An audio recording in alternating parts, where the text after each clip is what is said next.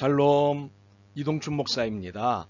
오늘도 여러분의 삶이 주님의 평안으로 가득하시길 기원하며 하나님의 말씀을 나누겠습니다. 오늘 주시는 말씀은 히브리서 10장 23절로부터 25절의 말씀입니다. 또 약속하시는 이는 미쁘시니 우리가 믿는 도리의 소망을 움직이지 말고 굳게 잡고 서로 돌아보아 사랑과 선행을 격려하며 모이기를 패하는 어떤 사람들의 습관과 같이 하지 말고 오직 권하여 그날이 가까움을 볼수록 더욱 그리하자. 아멘. 히브리서 10장 23절로부터 25절 말씀을 본문으로 지지의 힘이라는 제목으로 말씀을 나누도록 하겠습니다. 인류 역사에 많은 분들이 사람은 무엇으로 사는가 라는 질문에 답을 내놓았습니다. 어떤 분은 밥이라고 했습니다.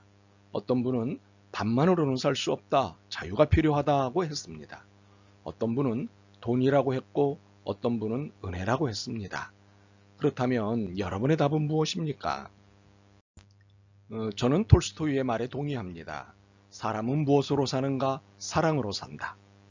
톨스토이는 기본적으로 하나님의 사랑을 전제하고는 인간의 사랑이 사람을 살게 한다고 말했습니다. 저는 그의 말에 전적으로 동감합니다. 그러나 그의 말에 전적으로 동감하는 이유는 오늘 본문 말씀 때문입니다. 우리가 읽은 3절의 본문에 많은 단어들이 나옵니다. 그러나 이 모든 단어를 끌고 가는 단어는 격려입니다. 상대에게 용기를 북돋는 힘을 제공하는 것, 이것이 격려입니다. 이것은 추상적으로 이해될 수 있는 사랑을 구체적으로 실현하는 것 중 하나입니다. 오늘 본문은 이 격려가 하나님 나라의 소망을 갖고 있는 우리 모두에게 필요하다고 역설합니다.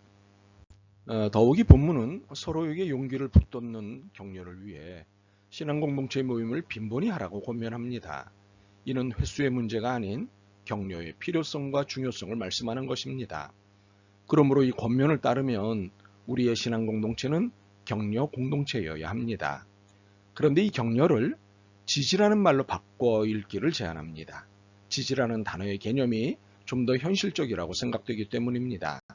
그렇다면 지지란 무엇일까요? 하와이 북서쪽에 카우아이라는 섬이 있습니다. 지금 이 섬의 주민들은 안정적인 생활을 하고 있지만 1950년대 이곳은 지독한 가난과 질병에 시달리는 지옥 같은 섬이었습니다. 주민 대다수가 범죄자나 알코올 중독자 혹은 정신질환자였고 학교 교육이 제대로 이루어지지 않아 청소년 비행 문제가 심각했고 범죄율도 높았습니다. 이 섬에서 태어난다는 것은 불행한 삶을 예약하는 것과 같았습니다. 당시 이 섬의 환경에 대해 관심을 갖던 한 연구팀이 1955년 이 섬에서 태어난 모든 신생아 833명을 대상으로 이들이 어른이 될 때까지 40년에 걸친 추적 연구를 시작했습니다. 그러나 오랜 시간과 돈을 투자하여 얻은 연구 결과는 상식에서 크게 벗어나지 않았습니다. 별다른 것이 없었습니다. 점차 관심 밖으로 밀리던 이 지역에 대한 연구가 에미 워너 교수에 의해 다시 관심을 받기 시작했습니다. 워너 교수는 833명 중 가장 열악한 환경에서 자란 201명을 고위험군으로 분류했고 이 가운데 아무 문제도 일으키지 않았을 뿐더러 되레 좋은 환경의 아이보다 더 잘 성장한 72명에 집중했습니다.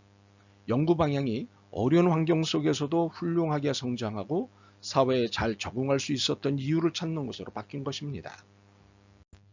워너 교수는 이 72명이 역경을 이겨낼 수 있는 어떤 공통된 특성을 또는 속성을 지니고 있음을 직감적으로 알았습니다. 그래서 그는 무엇이 아이들을 사회 부정자로 만드느냐는 질문을 버렸습니다. 그 대신 무엇이 역경에도 불구하고 아이들을 정상적으로 유지시켜 주느냐는 질문을 했습니다. 그리고 이를 집중 분석한 연구 결과를 내놨습니다. 72명이 가진 예외 없는 공통점이 있었습니다. 놀랍게도 어려서부터 자신을 전적으로 그리고 무조건적으로 믿고 이해해주고 지지해준 어른이 한 명 이상 있었다는 것입니다.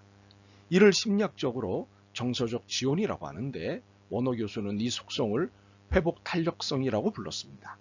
그가 40년에 걸친 연구를 정리하면서 발견한 회복 탄력성의 핵심은 결국 인간관계였습니다. 오너 교수의 회복 탄력성은 히브리서 본문이 말하는 격려의 근거에 있는 것입니다. 이것은 지지의 힘입니다. 카우아이 섬의 아이들이 역경을 극복할 수 있는 힘은 지지였습니다.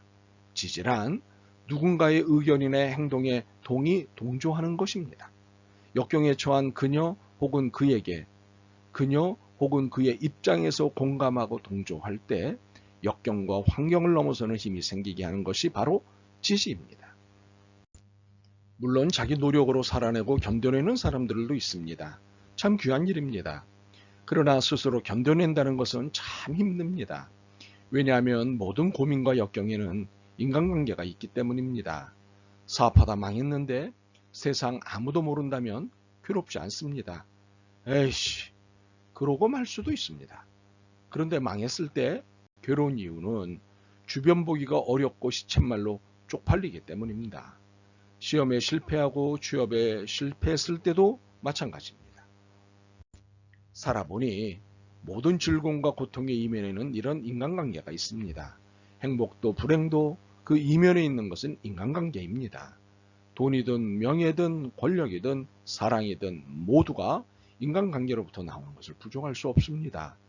우리가 인생에서 성취 혹은 성공이라고 부르는 모든 것의 이면에는 인간관계가 깔려 있습니다. 왜 그럴까요? 왜 톨스토이는 사람은 사랑으로 산다고 했을까요? 우리가 본래 관계적 존재로 창조되었기 때문입니다. 우선은 하나님과의 관계, 그리고 부모님과의 관계, 자식과의 관계, 형제들과의 관계, 친척들과의 관계, 이웃과의 관계 등등 모든 것이 관계입니다. 누구라도 이 관계의 줄에서 결코 끊어져 나갈 수 없게 되어 있습니다. 그렇기 때문에 우리가 삶을 살아낼 수 있는 힘은 지지에 있습니다. 지지받느냐, 지지받지 못하느냐에 따라 삶의 기운이 달라집니다. 그리고 지지 기반의 건강성 여하가 신앙 공동체인 교회의 건강성을 좌우합니다. 본문을 보더라도 히브리서 기자는 우리의 신앙이 격렬하는 지지를 통해 건강해지고 견고해진다고 말씀합니다. 그러므로 지지를 아끼지 마십시오. 사랑은 속으로 하는 것이라는 유교적 훈육에서 벗어나십시오. 성경은 유교적이 아닙니다. 기독교는 표현하고 고백하는 종교입니다. 그러므로 나는 성격이 원래 그래, 나는 엄하게 자라서 그래 라고 하는 것을 방패나 무기 삼지 마시길 바랍니다. 그리스도교는 고백의 종교입니다.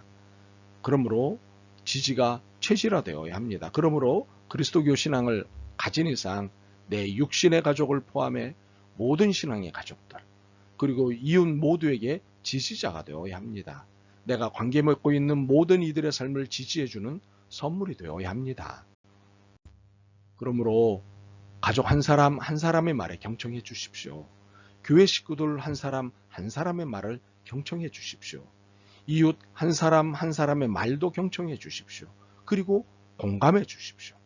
가르치려 들지 말고 들어주십시오. 고개를 끄덕여 주십시오. 그것이 지지입니다. 참으로 지지는 그 어느 것보다 힘이 셉니다. 긴 여행길의 생수와도 같은 것이 바로 지지입니다. 그렇기에 이 지지를 결코 아끼지 않는 우리 그리스도인들이 되었으면 좋겠습니다. 바라기는 여러분 한 분 한 분이 누군가에게 속상하고 힘든 일이 생길 때면 가장 먼저 생각나는 사람이 됐으면 좋겠습니다. 아멘.